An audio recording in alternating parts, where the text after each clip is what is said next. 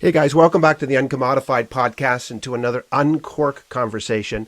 Today I'd like to welcome to the show Catherine Metrycki. Catherine, thanks for joining us. I'm excited. Thanks for having me, Tim. Awesome. So guys, let me give you a little bit of background from my perspective about Catherine and how I met Catherine a number of years ago and why I wanted to have her on the show. So Catherine, amongst lots of different things, is the founder and CEO of Callia Flowers, a Winnipeg-based tech startup company. So not necessarily a flower company, but a flower company, but a tech startup company. And she'll explain all that. That is absolutely disrupting the floral industry. It is setting it on its ass. I think, is that your mission? Set the industry on its ass? We technically say do flowers differently, but you can call it whatever you want. Okay, I'm going with set the industry on its ass. Do flowers differently. Yeah. Started in 2016, and now the company under your leadership and under your great guidance is growing tremendously rapidly. And it's a bit embarrassing because you gave me a statistic, and when I read it, I was like, oh my gosh, I am old, because the average age, I believe, of the people who work at your company is 26 years old. Yeah, it scares me too. That's crazy because that's half my age. So I'm just I felt a little bit geriatric when I got that message, but it's fine with me. In addition to all this great stuff, Catherine was featured on the CBC Dragon's Den show in 2019. Here's what I like to say. She's a passionate entrepreneur, obviously. She's a teacher, mentor, teaches marketing and sales at local college or university, was a brand manager for P&G. I think it was men's shaving products, wasn't it? Correct. I can tell you everything you want to know and didn't want to know about razors. Fair enough. And when people see the video, they know I need a razor a lot because I use one religiously. So on my head and on my face. So it works out perfectly for me. And so I had the privilege of meeting you, Catherine, a number of years ago when, after I think you were at P&G, you had some other marketing positions and you worked for a company that I partnered with, and that's where I first encountered you. And I remember in those days when I met you originally, there was something about you, didn't know exactly what that would mean in the beginning. You may have had your career forever with that company, but obviously you went on to do some other things. And now you're taking all that learning, all the things you've done in the past, and you are providing a powerful brand and consumer experience with a truly commodity product, which is flowers. And if when I thought about talking to you, I thought to myself, man, it is so true. Like, I don't order flowers by brand. Yeah. I never even really thought about that. So it's really crazy. So listen, as every great conversation starts off, typically for me, but particularly on core conversations, and my listeners know this, we're going to kick off our conversation today with a drink. And when I asked you what you wanted to drink, Catherine, your response to me was? I'd like a local beer, Barnhammer in particular, one of my favorites. Awesome. And I've got a local craft beer too. It's a juicy IPA, and it's from Anderson Craft Ales in London, Ontario. So I'm going to crack this one open, and you crack yours open, and we'll see where we go. There's nothing better than the sound. That means you have to shotgun it, Tim. That's the whole thing down in one. I can't do that and podcast at the same time. I'm not 26 anymore. Okay, listen. Don't let my team tell you. Don't let my team see you yet. I can't. That was bad. In fact, it's all over my pants now, but that's okay. That means this is going to be a cracking good conversation. So cheers to you. Cheers. Awesome. So listen, as we get started and we imbibe this drink a little bit, let's think about some things here. So one of the questions I have for you, Catherine, can you tell me and my listeners about your entrepreneurial journey? Like, how do you go from, brand manager at P&G, which is a pretty corporate gig? How do you go from there on this entrepreneurial journey, or were you on this far beyond that and that was one of the stops along the way? How did this work for you? No, when you say going from corporate to entrepreneurial and how did that work, I would say reluctantly. I was, kind of pulled by my hair, begging and screaming. And, you're correct in saying that I started in corporate and learned a lot of my marketing chops from there, and even business management. I think brand management in general, I think, teaches you a lot around the intersection from research to supply chain to product building to marketing to pricing. All those pieces have to flow. And so I learned a lot there. And then I think, as you mentioned, I went into corporate and did kind of some corporate marketing for a few years. And then I kind of got that itch. And it was, if I'm going to do something different and I don't want to stay in corporate for the next 30 or 40 years, I was kind of feeling like I needed a bit of a different challenge. What could that be? And it was kind of if not now, then when. I was 26 at the time. And it was, before I settle down and have a family and the whole thing, like, let's give this a kick at the can. And I'd been kind of looking for something that was going to be the intersection of what I knew. So marketing and brand and consumer experience, and then also digital and kind of the digitization of industries that hadn't traditionally been done that way. And the story, it's cliche, but it's true. I wanted to send flowers, and I was sitting working at B.A. Robinson spring 2016, and I was back to back in meetings, and one of my best friends got promoted, and I wanted to send her flowers. And it was, I don't have time to call a florist. I don't want to go online and look at some of these weird syndicates that have hundreds of bouquets, and like, I don't know what's going to get delivered. And that was my kind of light bulb moment. If someone had been able to integrate brand and experience into flowers, then maybe that would feel differently for me. And so started as kind of a side project, maybe it'll be something. And then, kicking and screaming, it turned into something more. Wow. And when you describe the experience, it's interesting because recently we had this experience with COVID. My mother-in-law lives with us, and she's in her late 80s, and friends of hers who she would typically see at Christmas and couldn't with COVID, decided they would, graciously send her, an arrangement of flowers. And embarrassingly, they were horrific. I mean, and that's being kind. That could have in fact, that may have been the brand name. They were ugly. They were wilted. They lasted a day, if that, even to be enough presentable to keep around. Yeah. And I was thinking about it, that you just don't think about all that goes in to getting a product to you that's fresh, that has a life to it, that has a life cycle and a lifespan to it. And because I had been speaking to you about doing this podcast, you become all of a sudden, instantly more aware of these things. And I was like, wow. And then I also thought about the fact, again, that when I order stuff, I don't order by brand. Mm-hmm. I'm looking for flowers. I'm looking for roses. And probably not even specific. Like maybe roses, but beyond that, there's very little differentiation between what kind of flower, from whom, how big, flowers and how much. Maybe a color, but that's about it, right? So what are you ultimately passionate about? Are you passionate about flowers? Are you passionate about tech? Are you passionate about business? Like, what is the core passion that's driving this for you and your team? It goes back to kind of that slogan that we talked about at the beginning. So can we do this differently? Is there a way to reimagine this process and this experience in a way that no one has ever done before? I think for us, it's about, and it's kind of all of those things. Like some of it is business logic, some of it, and that goes, only 3 SKUs at a time, or how you work through a supply chain process, how all of those pieces come together. But there's so many challenges in this industry. And I think that's one of the things that I love, that frustrates me. Like, God, it frustrates me. This business is hard. Because of the perishability, because of the supply chain, because of the expectations of both sender and recipient, because of the temperature. Like doing this in Canada is crazy. Right. There are so many kind of previously insurmountable challenges or experiences for customers, and all the way down to like what happens when the driver gets to the doorstep, all the way through to text communication. What does each bouquet look like? How do you scale that to thousands of bouquets at a holiday? Those are all really cool challenges, and we're trying to do them in a different way than anyone has done before. Wow. So you were you were a couple years into this when you decided, I don't know whether you woke up one day and said, "Hey, I think I'll go to the den." Like were you about 3 years into your journey or so? Yeah, about that. And so how does that happen? Because I like the show. I watch the show. I watch Shark Tank. I often watch the Shark Tank shows from other countries because I'm always fascinated in the way that people think and express their ideas. But what leads? Like I don't think I've got the chutzpah.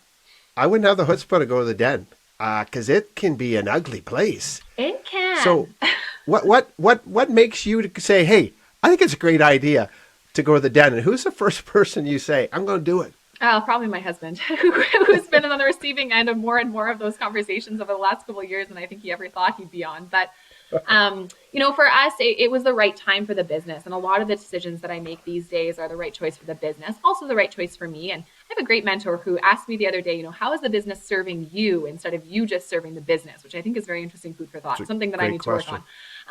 But at the time, it was the right choice for the business. And in a lot of ways, I am synonymous with the business in terms of my priorities. And we had just kind of finished our Western Canadian expansion. So we were all the way from BC to Manitoba, most of the cities in between in terms of the Western provinces.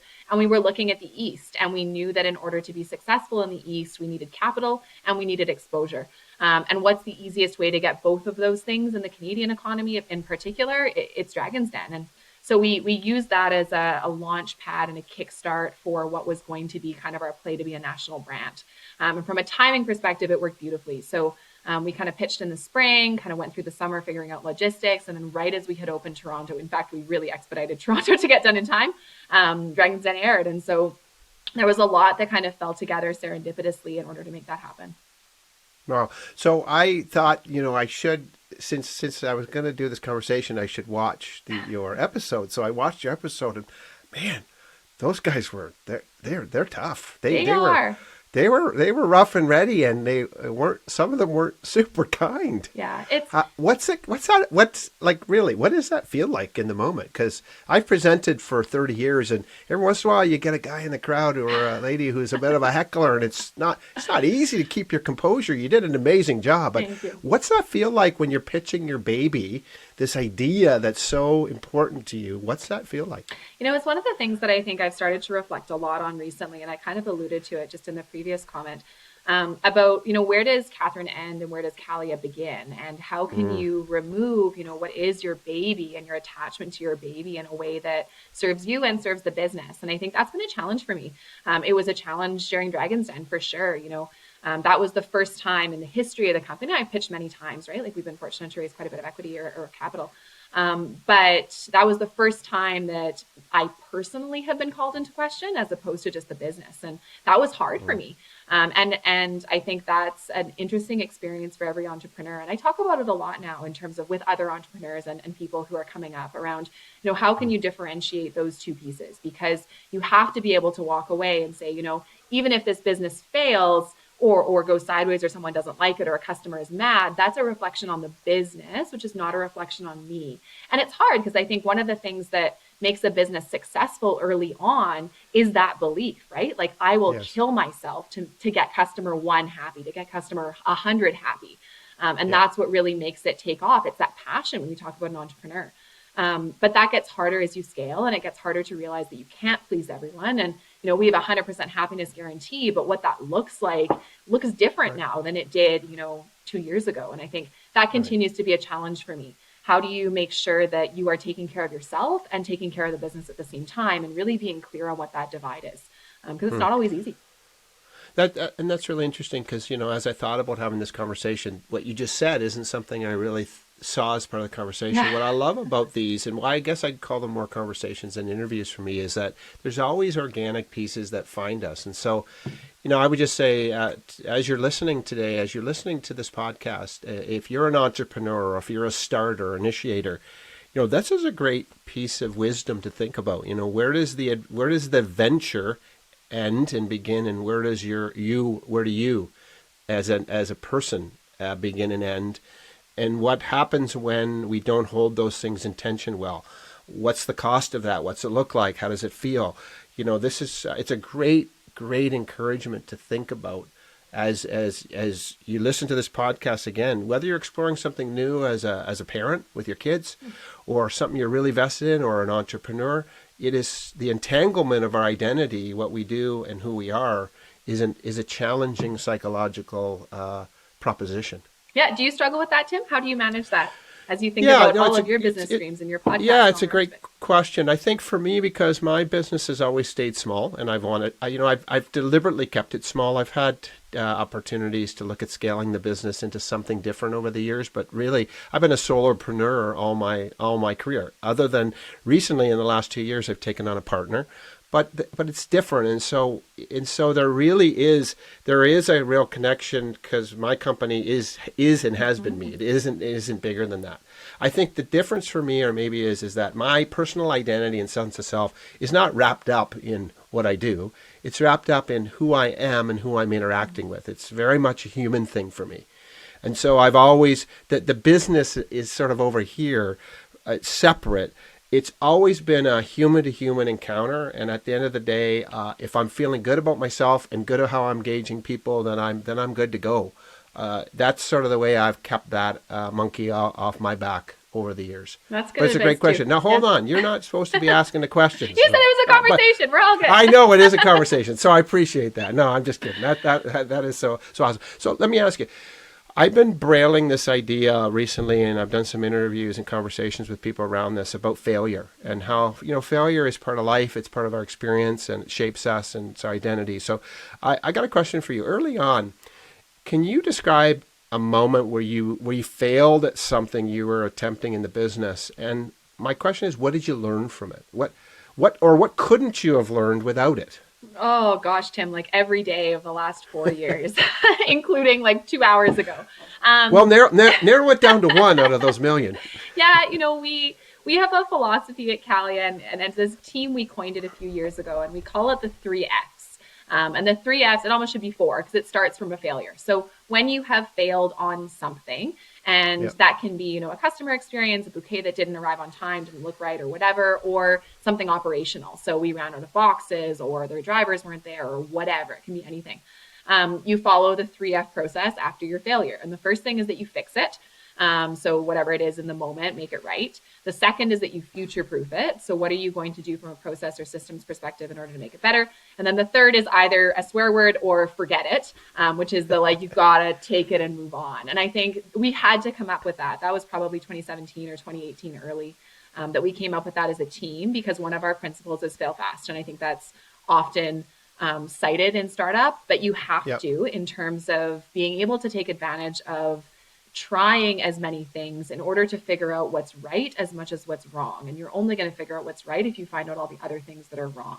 And I think, if you're looking for a particular example, one of my favorites, and obviously Valentine's Day is on my brain, Valentine's Day 2017, I had the opportunity to do a big partnership with a kind of a national brand. And they said, okay, we're going to get you all of this demand. And at the time it was 300 bouquets. We're going to get you 300 bouquets. And I couldn't believe it, right? Like that was, we were at the time we were doing like 2 bouquets a day. So that was a huge deal. And we ordered the inventory, and I said, okay, let's go, we can do this. And then the day came and it didn't really deliver, and we were short. I think we sold 100 bouquets, and I had 200 bouquets left over, and that was devastating, right? 67% of our inventory didn't sell. And I cried all night. And then I got up on February 15th and I loaded the bouquets in my car, and I went to the quarter of Portage in Maine in Manitoba, in Winnipeg, and I stood on the corner hawking bouquets out of my car for $20 a piece, and basically bullied everyone that walked by into buying a bouquet for $20, largely because I think I looked like such a crazy person that they didn't dare say no.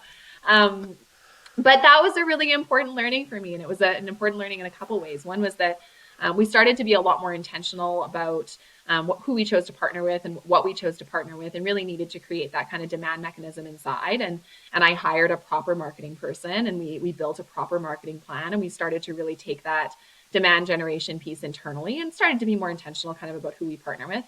And the second was around forecasting. We started building forecasting tools that actually needed to make sense. And we started looking at, bouquets by day and selling out and all that stuff. And in every case, when we've had a failure, we have always, or at least tried to, create some sort of a future proof. That's the second F, and it has to happen every time. And I think the business would nowhere near be where it is if we hadn't committed to doing that. And it's one of the things that I'm proud of the Callia team, that we set that as a cultural piece, and we work it forward. That's powerful, because when you set that culture, it normalizes the experience, and it causes people not to visit shame and hide their failures, which can happen, and then you don't find it, and you can't future-proof what you can't see. So super wise advice. And again, you're listening here, I don't care what you do for a living, but fail fast. That's a really good piece of advice. It sounds great on one level. It hurts, but I think it might have been Benjamin Franklin that said, and I could be wrong, but I think he said, if it hurts, it instructs. Interesting. So it's, and I'm pretty sure it was Mr. Franklin that said that. So, and it's interesting, Tim, you know, I've got a segue that goes with that too. One of the things we've been talking about recently, and you talked quite a bit at the beginning about, you know, the age of our team and how young the team is. And we find that for many of our team, particularly on the operational side, they're new grads. Or devs, actually, they're all new grads. And so this is their first job experience. And we've been talking recently about how you talk about failure in context of new grads in particular, because the education system, and this is not my rant against the education system, but in a lot of ways, it's, you know, you have this one test and you either perform and pass or you fail and fail. And there's not really a measure of improvement. There's not really a measure of change. There's not really a measure of progress. And so it's one of the things, and we're not doing well at it. So if anybody on your podcast is listening and would like to send me some feedback, I'd love to hear it. You know, how do you normalize that it's great and okay and encouraged to fail the first time? Like, I'm totally cool if you make a mistake on something you've never done before. But I do care if we then don't future-proof it, if we don't then find a way to do it different and better and improve it for the next time. And then that's not actually a measure of performance at an individual point in time. It's a measure of improvement and progress and change. But that's something that new grads in particular, and I'm sure I was the same coming out of university, right? Like, you don't know how to do that because you've never done it before.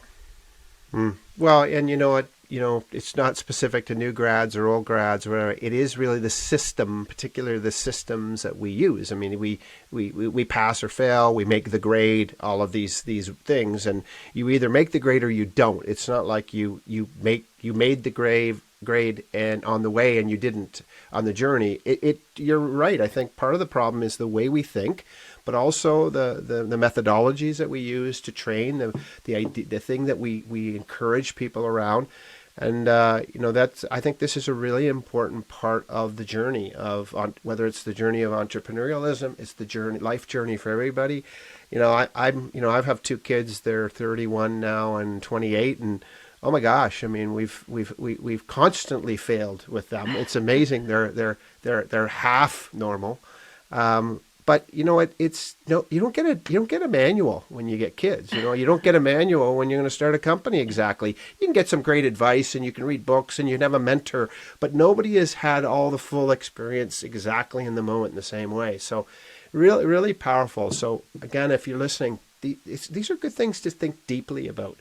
And I encourage, my encouragement is that if you want to use this podcast as a learning method for you, a learning opportunity, then all you need to do is ask yourself some questions as a result of what you hear. Those questions will unlock opportunities for you to have a conversation with yourself, and you can rethink things based on that conversation. That's the importance for me. If you just listen, that's great, but if you activate it through questions, that's where you'll get the gold in the conversation. So this not being said, here I have a question for you. Let's go back now to this idea that you are deeply in a commodity market. I mean, and for years I've been telling people, when you say commodity market, a lot of people think of gold and copper and steel, and I get that. But the dictionary defines a commodity very simply as something easily and readily accessible in multiple places. By that definition, most of what companies sell are commodities because you can get it elsewhere.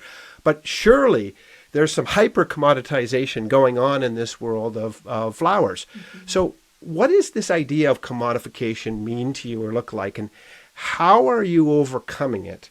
And why are you working so hard to do that? And really inside that, what are the benefits for you or the customer or your company?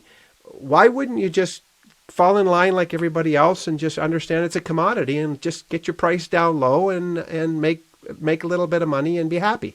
Yeah, so it's interesting. You talk about how flowers can be a commodity. It's like you and I talked at the beginning. I think for most people, myself included, prior to Callia, when you're looking to order flowers, you just want some flowers.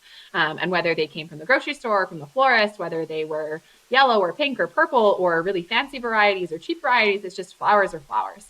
And that's a challenge in terms of differentiation and finding loyalty out of a customer. And I think traditionally that's been one of the challenges in the flower industry. And also, actually, it goes both sides. One is creating loyalty, and the other is also creating consistency in terms of what experience you're going to get. Because once you go into the details of, what are flowers, what can you expect about flowers, that definition can include, a $10 grocery store bouquet that is about to die, but it can also include, a gorgeous artisanal kind of $300 arrangement, some huge thing with orchids and the rest of it. And so how do you really start to narrow that down? A $10 bouquet of flowers and a $350 arrangement are not the same. So how can you define that for a customer in terms of what they're going to expect, so that whether they're ordering, for grandma in Calgary or for their sister down the street, they know what to expect, and kind of setting that expectations piece. And so I can talk kind of about both of those. So one is that when you think about differentiation, I think one of the challenges in this industry has been loyalty. And so potentially you have, your local florist, but a lot of people don't have like their go-to florist. They kind of just Google like scent flowers and they pick someone and they buy once, and then next time they buy from someone else. And so one of the things we've always been really conscious about is about the lifetime value of a customer and how we create that kind of return experience every time. And so that's why we have things like our 100% happiness guarantee. We are relentless about repeat rate, about referrals, about reviews, about making sure that we have, this repeat and consistency and word of mouth, but particularly for the individual customer, that we know that we'll see them for, 5 years, not just for a one and done. And that's been a really important part about differentiation for us, is how do you create that experience that is so memorable for the sender that they can't think of ordering anything else because this was so different than what they're used to. And then the other piece that goes with that is around this idea of consistency. And sometimes we think about Callia as analogous to Starbucks going into coffee. So historically, a ton of mom and pop coffee shops, you go back 10 years, some really great, like amazing artisanal beans, oat lattes, the whole thing. And some like, drip coffee that's been sitting for a couple hours. And how do you differentiate? If you're in a new city, like which coffee shop do you go to? How do you have an idea of what's going to be consistent? And Starbucks has made that a guaranteed consistent experience. And that's what we're trying to do with Callia too. So that you have that expectation and that reliability of what you're going to get, regardless of whether you're sending, so that you have that confidence to do it. It's interesting as you describe it, because not something I've thought a lot about, but how consistency in high level of consistency and expectation, both understanding and meeting, can uncommodify. That's an interesting, I don't know if I've really thought it. feels counterintuitive. I agree with you. It does. No, because as you're saying it, I'm thinking, well, if it's consistent, doesn't it become a commodity? But what you're saying in a sense is when you're in an environment where maybe the product is the same, whatever the same means, you begin to uncommodify. Yeah, totally. Right. Yeah. So you begin to uncommodify with the service. And that becomes a component of uncommodification, but it's the consistency of that service and that experience, but maybe better put experience and service. Do you expect, so let me ask you, in a long term, is it sort of a cat and mouse in this game, in the sense that you uncommodify this experience by what you do? Do you expect that the market will catch up to you and you have to continue to do this thing? Or do you expect that you don't have to wonder about that? It remains to be seen, Tim. Get out your crystal ball. I think we've seen not so much that the floral market is catching up, or whatever you want to call it. Definitely in digital. I think originally one of the differentiations for Callia was that you could order online. And at the time, so few other florists were online. That has changed, especially since COVID. So a lot of people have moved online, which is great. I will say that creating an efficient online ordering experience, an enjoyable online ordering experience in floral is very different from your typical e-commerce experience. And, we've invested years of multiple developers to go build out, the technology to support that experience. And it's not simple. So I do think we'll continue to be ahead of the curve there. And there's all sorts of cool stuff that my guys are working on in terms of artificial intelligence and machine learning and, all sorts of integration that we can do to really make that clean and a differentiated experience. That for sure will be true. And so I think that will come to life in terms of the differentiation. But the other piece that I think is when you talk about the market catching up and expectations from customers, it's actually, we see fewer expectations put on us from customers that have experienced other, floral experiences, whether it's bouquets or delivery or whatever. But we see far more from other e-commerce or analogous industries, at least in their mind, that set expectations for what that experience is going to look like for us. So you've ordered food from Skip the Dishes or Uber Eats, you expect to have a minute-by-minute tracker on the ETA of your delivery, right? Like that has become base expectation across every industry, only because the on-demand food deliveries did it. But then to do that in flowers is the consumer expectation. Well, of course you should be able to do that. We can't. It's actually totally different in flowers than it is. I mean, not to say we can't, but it's much more challenging in flower delivery than it is in on-demand food delivery.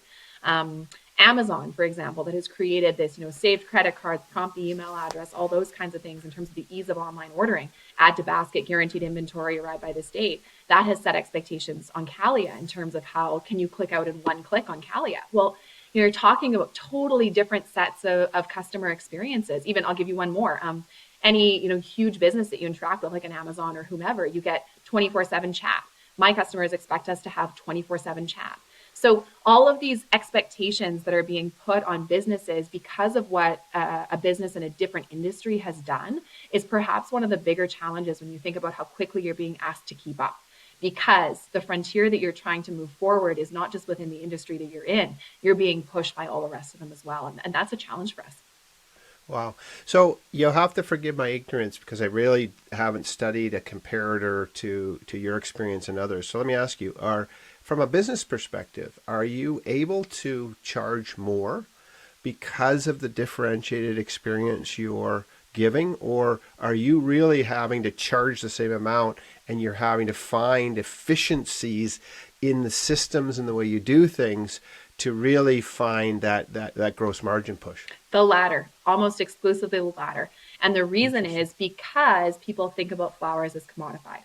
So you only expect to spend $49 on a bouquet of flowers, and it doesn't matter all of the dev work we put in. It doesn't matter the box experience. It doesn't matter the customer service experience. All of that is irrelevant when you go to make your first purchase.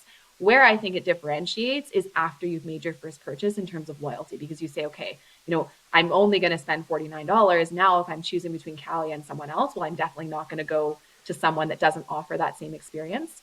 But in terms of an entry price point and being able to be the importance of being comparable, we've found that we have to hold a price point that will be consistent across the industry, if not lower, in order to get that first purchase, and then we keep them because of the experience. That makes sense. I can see how that would work. So that being said, do you, from a consumer behavior perspective, so what we believe about consumers, either what we believe about them or know about them, obviously informs the experience that we design, how we expect them to interact or what it looks like. So if I was purchasing, if I was your target market and I was purchasing flowers. You will be for the next 3 weeks, Tim. Listen, now, first of all, all I can tell you is I am not going to be ordering flowers from wherever the hell those people ordered that bouquet from my mother-in-law, who she is more spry as an 89-year-old than those flowers that came out. So I won't be ordering there, I guarantee you. And I'll tell you something. My wife, her name's Pam. She's the sweetest thing ever. She never, ever puts a bad review on anything. Oh, no. She put a bad review on their Google page, and they had some anemic answer. She sent a picture and said, typically don't do this, but this is embarrassing that you would send this out to somebody. And my wife, she's the sweetest, I would do it, but she would never do that. So that tells you how ugly those things were. That's right. But if I'm looking to send flowers to somebody, and do you believe from a consumer perspective that I'm typically looking to send them from the city they live in? Is that my first thing I'm looking, like from a consumer, until I've understood how you can do it? Yeah. Is that how consumers first approach this experience? What's your thought? I don't know if I've actually thought about that from a consumer behavior perspective, but I will spitball. When I look at the search volume when you're sending from one city to another. So obviously if you're doing, send flowers, you're expecting local results to populate because that's, you're expecting, from Jim down the street or whatever it is. But if you're sending to another province, typically the search language we'll see is send flowers Edmonton, send flowers Vancouver, send flowers wherever. And so that indicates to me that the expectation is that there isn't, a national brand that can serve from multiple places. And that's one of the ways that we play to win, right? So we have these warehouses across the country and based on that are able to serve locally. And I think that's one of the differentiators for us as well. I think one of the things we struggle with is that there's this perception, and I think perhaps some of the experience that you and your mother-in-law would have experienced, that there are these huge national conglomerates or syndicates, we call them, who take your order online and then farm it out to a local florist. And often that's where some of the challenges around brand consistency and delivery come into play, because the syndicate takes the money. The brand associated is the syndicate. What gets finally delivered to the door is on behalf of the syndicate. So what incentive does your local florist have to put their best foot forward? Because all they know is that this order came in from this big, huge corporation. They had to pay a whack off the top in order for it. And this customer is probably never going to come back because they never knew who the local florist was. So I think there's that perception, and it's one of the things that we struggle with when people see that, we're a national brand and we are across Canada. There's this perception that we're just farming out to local florists and we don't care, the same way the perception is that some of the larger companies don't care, that we don't have boots on the ground, that we don't have that kind of local presence. And I think that's one of the things that we're struggling against, to kind of try and re-educate in this space about how you can have, a small business and you can have local that still also has these connections across the country and still also is able to serve you across the country. And that's one of our challenges in terms of explaining that in less than, 12 paragraphs of marketing.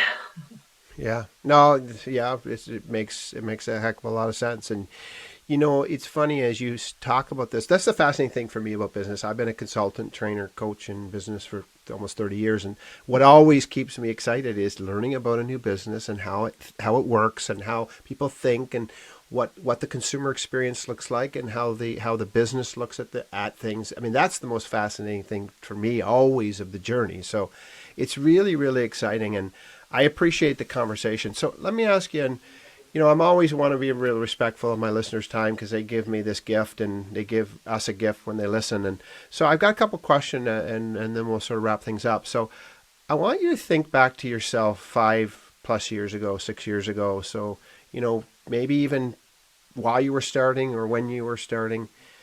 What's your best advice to yourself? If you could go back and be your best mentor 5-6 years ago, what would be your best advice that you would give yourself? I think have faith in really great people. And it's not even have faith, but surround yourself. And that sounds so cliche, like, hundreds of books and motivational posters will tell you to do that. But surround yourself with really great people. I have been so fortunate to have an incredible group of individuals that have surrounded me since the beginning of Callia. Everything from, mentors to investors to supplier partners to team members, staff that are still with us today. And without those people, I wouldn't even have gotten 10% of the way. And a lot of that feels like luck in terms of like bumping into these really great people at the right time. And so I think for me, that's been really huge. And I think investing, you talk about how you think about your business as being, human interaction and the one-to-ones and the people side of it. I think that has been something I kind of stumbled into, but have invested in since and think back on as being hugely important. How can you make sure that you build those relationships that are going to serve you down the road, because they will, 10 times over give you more than you ever give back. And I think that's something that I'm grateful for, but something that's been really integral for Callia to grow. That's great advice. And again, if you're listening, if you're talking to yourself today, what's your best advice? Surround yourself with the right kind of people. I mean, as much as it sounds cliche, it shouldn't. And to be honest, it isn't cliche, because there are a lot of people that we ought not to be letting in our space, frankly. There are a lot of people who are well-meaning and some who are not, but that the space they rent in your head and in your heart is not super productive on a lot of days, and sometimes we're our own worst enemies. I mean, it's bad enough when we're that voice in our head, but we have to find the ethos, the cultural ethos that provides the stamina and the encouragement for the long haul journey. This, as you know, Catherine, this is not a sprint. This is a marathon, and you got to look into the long haul and long term. And so that's great advice, and I would encourage anybody who's listening to really think about that advice. You can't go back and change the people you've decided to hang out with, but you sure can change it going forward. And I think being able to, and being okay with relying on those people too, I think that's a build on for me as well. Like, there are probably 5 to 10 people that I've known since the start of Callia, who started as kind of acquaintances or whatever, and have turned into really good friends. And the reason they've turned into really good friends is because they're the ones that pick up the phone when I call at 4 a.m. Like, oh my God, what should I do? Not always 4 a.m, but that, reaching out and having those conversations and being okay to, like, quote unquote, be vulnerable, but really open yourself up to the people that care about you and care about your business and want you to succeed, and allow them into your corner, let them into your corner. Because that, I think, is a hard thing as an entrepreneur. At least it was for me. You want to show up like you have all the answers. You want to show up like you've got it all together, but you don't. I don't, at least. Maybe other people do, but I think having people in the corner is important, and that's been hugely valuable for me. Great. No, absolutely powerful. So let me ask you, so we've talked a lot about the business today, this thing that has an entity, and yet at the end of the day, it doesn't really sort of exist, because it's really the people that create the experience. Even when we're interacting online, somebody wrote that code. Mm-hmm. It usually didn't write itself, although there's lots of great things around AI and all this, but there's a human somewhere, I think, back in there, which is hopeful for me.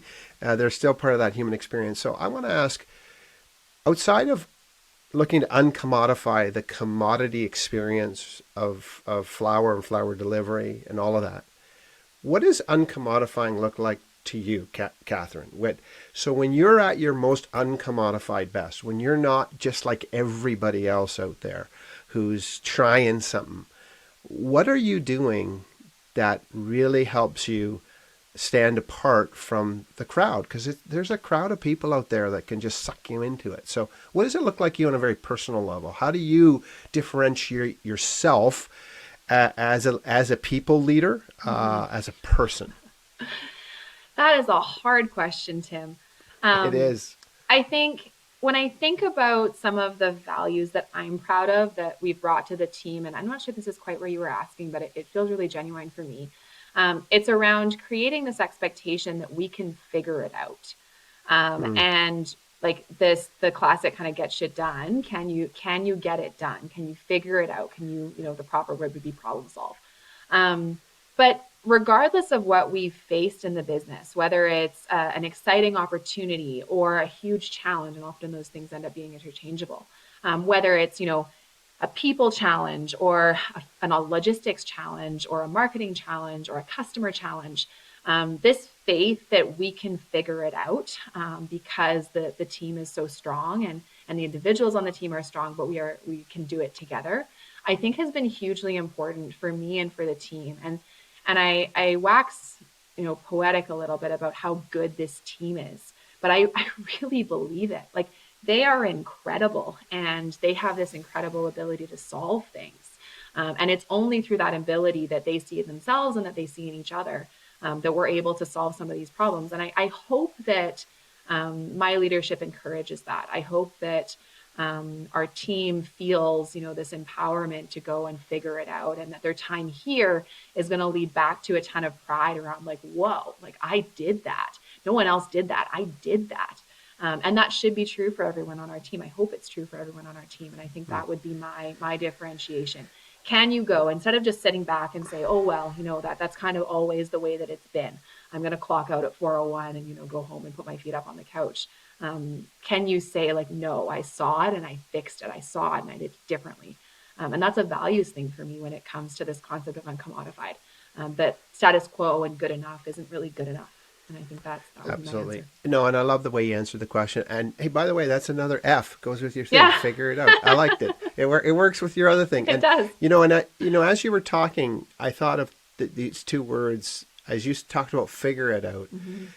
I thought to myself, a lot of times people fight it out. Mm-hmm. They don't figure it out.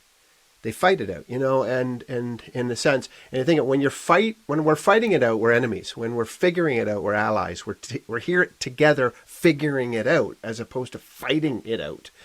And so that really became really clear to me. And again, if you're listening, I just want to challenge you. You have a problem, you're trying to get something done. Are you just fighting it out with people? Or are you figuring it out together? And because I think the commodity is the people who just fight it out.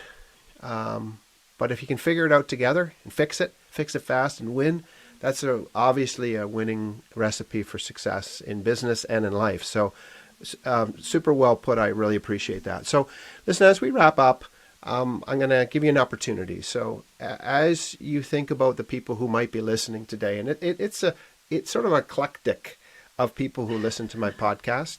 I have people who reach out to me who, frankly, they're not in business. They're single moms at home, but for some reason, they love what we talk about around being different and standing out. I've got other people who are, CEOs of global companies who listen to this. It's a real spectrum of people that listen. A lot of people who listen tip into leadership, but leadership again, some of the greatest leadership positions that people hold is going to be being a parent. And then there's those people who hold those positional places of leadership and authority in business and community groups and that kind of stuff. So it's really a gambit of people that listen. That being said, if you could leave them one encouragement or challenge as we finish up today, what would you want to challenge them or encourage them around that they could use in their everyday life? My favorite quote, and I got it from my dad, is attributed to many people before him, but those who say it can't be done will not be allowed to interrupt those who are already doing it. And it's one of my favorite quotes. And in a lot of ways, it summarizes what you and I talked about today around this concept of, what are you, what are people, what am I taking for granted as this is how it's always been. This is therefore how it will always be. And that can be personal, professional, that can be in anything. How you interact with the person walking down the street, right? But I think for me, that's been a huge rallying cry. What is that thing that we take for granted, that we take for this is always the way that it's going to be? And is there something we can do differently in order to really change that experience? And again, beyond just business, but in kind of every interaction we have. So that'd be my question. Is there something that you're holding as this is just what it is? And it could be, how can this be done a different way? Awesome. Thank you so much. So let me ask you. So here's my challenge to all my listeners. Order flowers online today. Send your love. Seriously, send your love and appreciation to somebody and use flowers to do it. And use Catherine and her team of average 26-year-olds. I wish I could be 26 again. People to make sure that happens well. Please do not do what the friends of mine, my mother-in-law did, okay? Seriously, give a gift today, give some flowers, give whatever you want. But if you want to give flowers, you got to hunt down Catherine and her team. And where are they going to find you online? Callia.com, Callia.com. Just 5 clicks to order, Tim. Less than 30 seconds. 5 clicks. I can do that. I'm an ancient man, but my finger is still can do that. I can do that. 5 clicks. Listen, as we finish up, guys, thanks again for listening. We appreciate your time today. We appreciate the gift that you give when you listen. And so, listen, as you unpack this or think more deeply about it, and you make some decisions to act with this stuff and apply it into your everyday life, do me a favor.